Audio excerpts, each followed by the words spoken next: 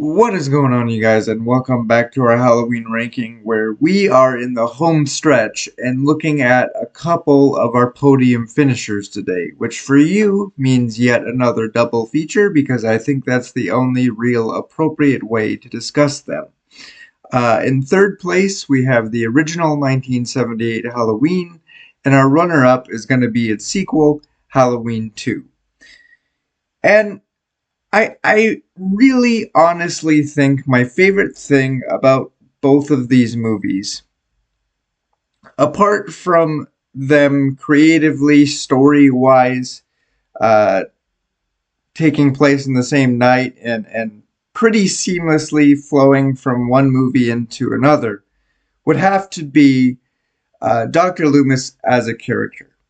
I think he does uh, the most work, pulls the most weight in terms of communicating to us, the audience, um, just how truly and purely evil Michael Myers is. Especially when you listen to him talk about how he has no soul. He's just a black abyss with the devil's eyes and all of these other wild poetic things that he uses to describe Michael as a person, or I guess lack thereof. And then you couple that with just the sense of urgency and desperation he has in terms of convincing all of these other people just how much danger they're actually in, and shouldering the responsibility of finding Michael and stopping him. Um, I don't know if it's bold for me to say. I don't know if it's necessarily a hot take, but I'm going to go ahead and say it anyway. Um, as far as I'm concerned, for all the nickels in my pocket, for me, Dr. Loomis is as important, if not more so, of a main character than Laurie Strode is. And speaking of her, um, really the only reasons that Halloween 2 is above this for me is because, for one, I think the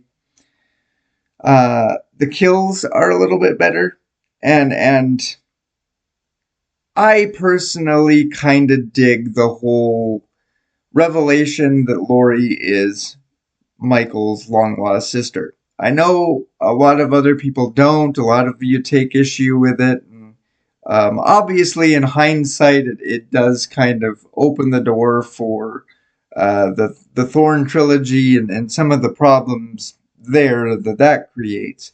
But I think within the context of these two movies, it really explains what we are doing here, and specifically what Michael is up to. Um, Matter of fact, for those of you that don't particularly love this element of the second movie, I would invite you to go back and watch the original.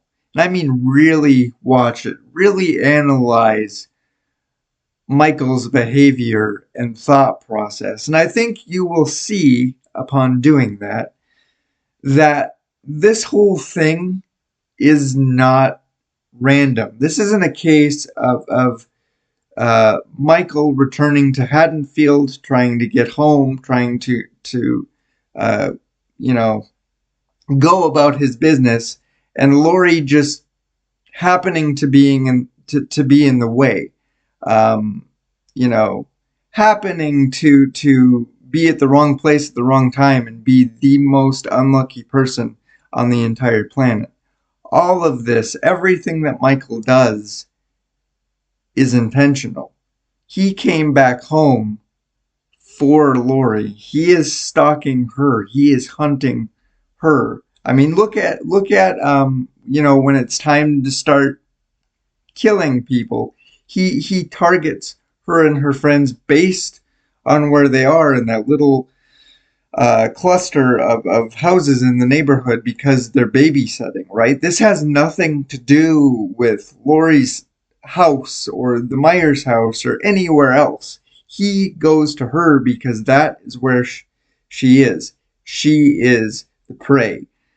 My point is that if you don't like Halloween 2 because of the sister thing, I think you should reevaluate how you feel about the original movie, because it's all there. It was all set up. They knew what they were going to do from the original movie. But overall, these two are undoubtedly classics. They're the two out of the Halloween franchise that I've seen probably the most.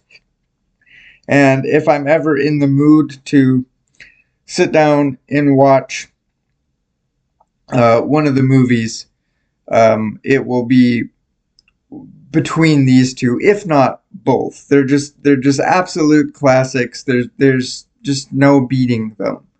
Well, obviously there is, because we're not done with the list yet, as you can tell, but we will get there in the next video. So until then, guys, thanks for watching. Take care of yourselves, and I'll catch you in the next one.